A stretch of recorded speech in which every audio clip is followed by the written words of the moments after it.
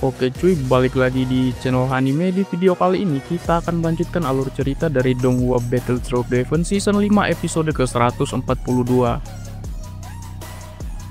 Oke, sebelum masuk ke episode terbarunya, kita flashback dulu bentar ke episode sebelumnya. Di episode sebelumnya diperlihatkan Shoyan yang baku hantam dengan ular langit kuno, lalu dilanjutkan dengan Shoyan yang mewarisi teknik lutian dari ahli Doseng Zohua, sampai proses kebangkitan guru Yao Chen yang sudah dimulai. Buat kalian yang belum ngikutin video sebelumnya tuh di pojok kanan atas pencet aja cuy. Nah, di episode kali ini kita akan diperlihatkan penyerangan yang akan dilakukan Aula Jiwa terhadap Pavilion Bintang Jatuh. Lalu kita kembali lagi disajikan leg ketiga dari pertempuran Shoyan dan Zaising, sampai kemunculan Tianjin ke-9 yang sok keras tapi harus terhenti karena kemunculan seseorang yang pura-pura kita gak tahu dulu aja. BTW sebelum lanjut, jangan lupa klik tombol subscribe sama like-nya dulu cuy. Oke, langsung aja kita masuk ke alur ceritanya.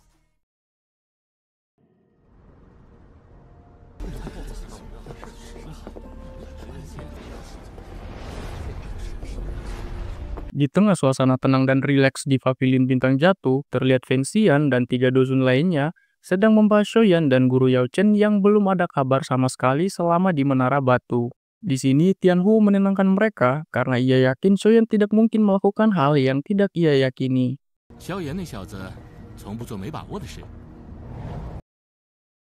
Sesaat setelah itu, muncullah King Luan yang berlari dengan panik untuk menyampaikan kabar penyerangan Aula Jiwa ke Pavilion Bintang Jatuh dalam waktu 3 hari lagi. Mendengar itu, Feng Xian langsung memerintahkan agar seluruh wilayah Pavilion Bintang Jatuh masuk dalam kondisi siaga dan memerintahkan para tetua untuk memeriksa formasi pelindung bintang.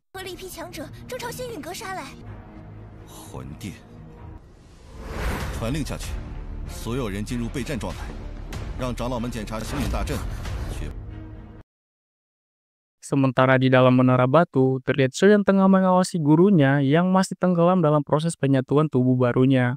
Dan karena tidak ingin membuang waktu, ia pun menyempatkan diri untuk memurnikan sisa serpian tulang doseng yang ia miliki.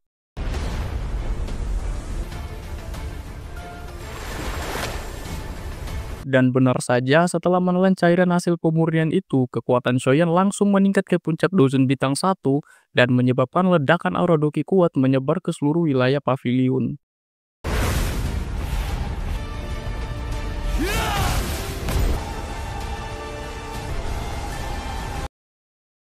Tak lama dari itu, Feng Xian menghampiri Shoyan dan menanyakan berapa lama lagi waktu yang dibutuhkan Yao Chen untuk menyelesaikan penggabungan ini. Namun, Shoyan juga tidak bisa memperkirakan kapan penyatuan ini selesai, karena tubuh yang menjadi wadah baru Yao Chen sangatlah kuat. Meski kekuatan gurunya itu luar biasa, namun akan tetap sulit untuk mengendalikan tubuh baru ini sepenuhnya. Lalu, Feng Xian pun mengatakan hal besar apa yang sedang terjadi di Pavilion Bintang Jatuh.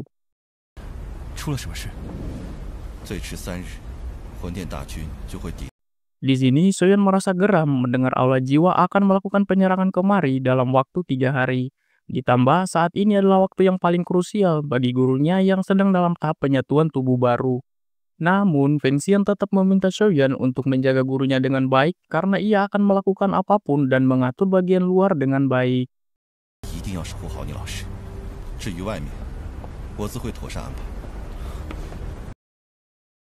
Singkat cerita, hari yang ditunggu pun telah tiba.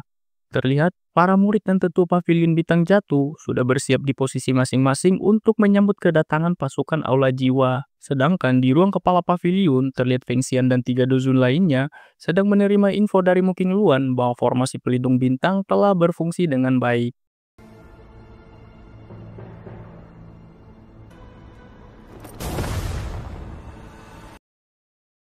Sementara itu, di tengah kegelapan hutan, terlihat abang-abangan kita Zaising yang sepertinya bekas tampolan hacking kemarin belum hilang, makanya harus pakai topeng, sudah tiba di depan formasi pelindung Pavilion Bintang Jatuh bersama Tianzun hitam putih dan beberapa elit dozong lainnya. Dan setelah sedikit berorasi, mereka pun langsung membobol formasi tersebut.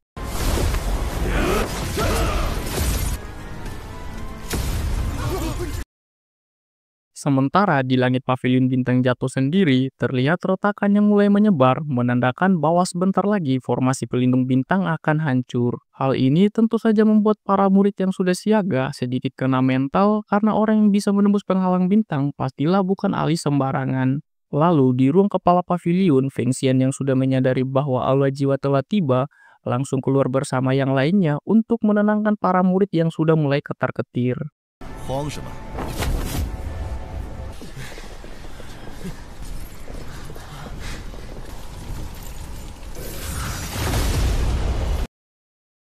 Setelah formasi pelindung hancur, terlihatlah Zai Xing bersama tim sesnya. Dan tidak hanya itu, beberapa detik kemudian, muncullah robekan ruang spasial yang memuntahkan armada kapal luar angkasa yang membawa pasukan kroco aula jiwa.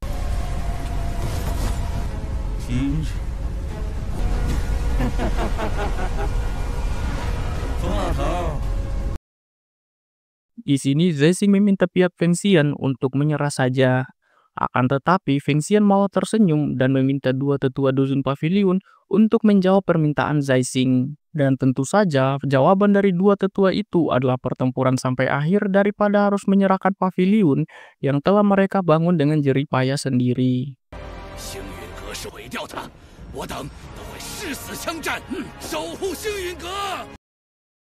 Pernyataan tersebut sontak membuat para murid pavilion menjadi bersemangat dan berapi-api dalam pertempuran yang akan segera pecah ini. Di sini, Feng Xian membagi tugas di mana ia akan bertanggung jawab untuk menghadapi Tianzun hitam putih, sedangkan dozun lain akan menghadapi Zai Xing. Hal itu tentu saja membuat Tian Huo dan yang lainnya sedikit khawatir karena Feng Xian harus berhadapan dengan dua dozun sekaligus. 黑白天尊二人由我来。敌人怎会是他们二？老师，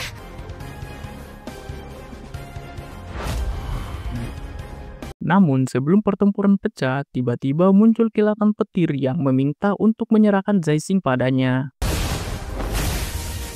Dan orang tersebut tidak lain adalah Xiaoyan. Di sini Xiaoyan meminta rekan-rekannya untuk menahan dan membeli waktu sebanyak-banyaknya untuk guru Yao Chen. Dan karena kemunculan Xiaoyan, pembagian tugas pun kembali dirubah, di mana King Lin meminta agar dirinya yang menghadapi Tianzun putih. Setelah dipikir, walaupun King Lin hanya dozun bintang 1, tapi ia memiliki pupil 3 bunga dan arwah dari ular langit kuno. Dan berdasarkan itu, Xiaoyan pun menyetujui permintaan King Lin. 少爷，最后一位天尊交给我吧。那就交给你了。 Sedangkan di sisi lain, Zai Xing yang melihat Xiaoyan mengatakan bahwa kali ini tidak ada lagi yang bisa menyelamatkan Xiaoyan. Dan setelah itu, Zai Xing langsung memberikan aba-aba untuk memulai proses pembersihan pavilion bintang jatuh.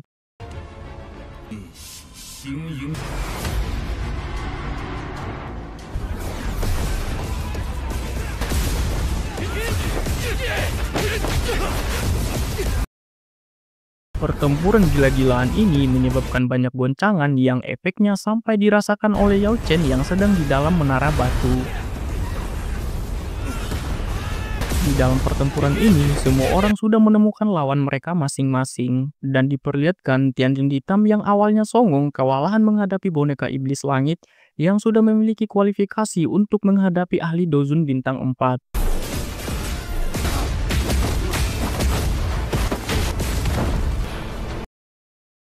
Di sisi lain juga diperlihatkan Tianzun putih yang menggunakan teknik ecek-ecek karena hanya menghadapi ahli dozun bintang 1. Akan tetapi ia dibuat terkejut karena King Lin langsung menggunakan pupil 3 bunga.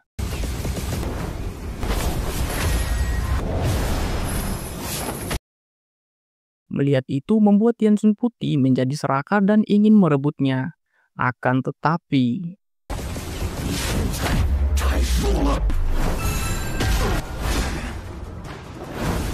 Tianzun putih kembali dibuat terkejut melihat arwah ular langit kuno yang dikendalikan oleh King Lin. Baku hantam di sisi lain juga diperlihatkan Shu Yisan dan Tian Huo yang mendominasi pertempuran mereka masing-masing. Dan tentu saja Xion dan Zai Xing kembali rematch, akan tetapi di sini Zai Xing harus kembali juga dibuat kesal karena bocil ingusan yang ia hadapi ini baru ditinggal bentar langsung mengalami peningkatan yang gila-gilaan.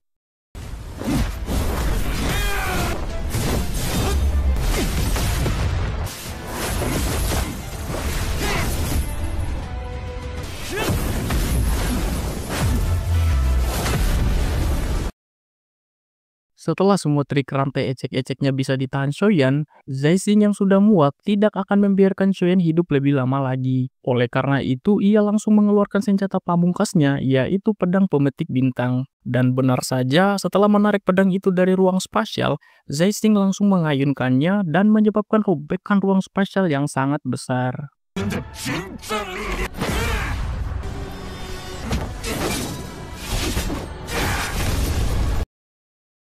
Di sisi lain, Shoyan yang melihat serangan yang akan dilancarkan Zaixing bukanlah serangan biasa, langsung menyiapkan teknik tapak pencipta agung untuk mengkonternya.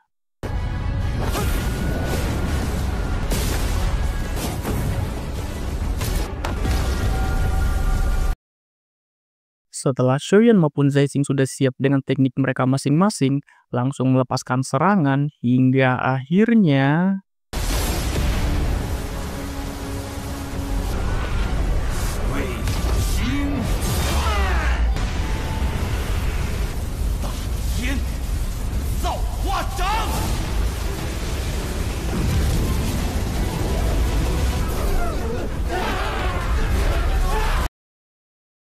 namun sangat disayangkan lagi-lagi jurus pamungkas Zaixing harus dipecundangi oleh Shoyan, yang dimana teknik tapak pencipta agung menyedot apapun yang ada di sana layaknya sebuah black hole di pusat galaksi. Zaixing yang nyawanya sudah di ujung tanduk pun berteriak meminta tolong pada Tianjun ke-9. Namun belum sampai di situ saja, Shoyan langsung memadatkan black hole tersebut hingga menciptakan ledakan yang meluluhlantakkan semua pasukan Kroco dan armada Aula Jiwa.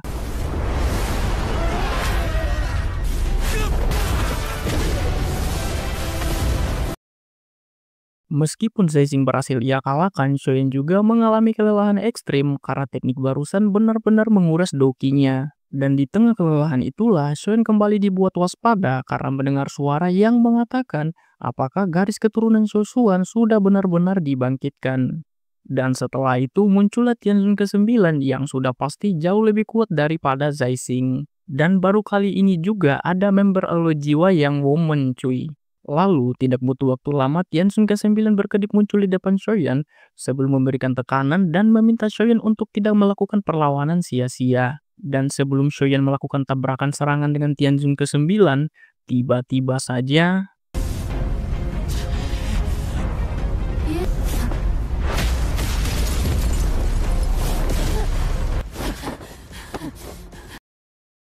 mendapat sentuhan manja seperti itu membuat Tianjun Woman sok keras ini langsung kembali ke setelan pabrik menjadi pihak yang paling tersakiti dan bertanya siapa yang melakukan itu. Lalu terlihatlah sosok yang berdiri di depan Shoyan sambil mengatakan,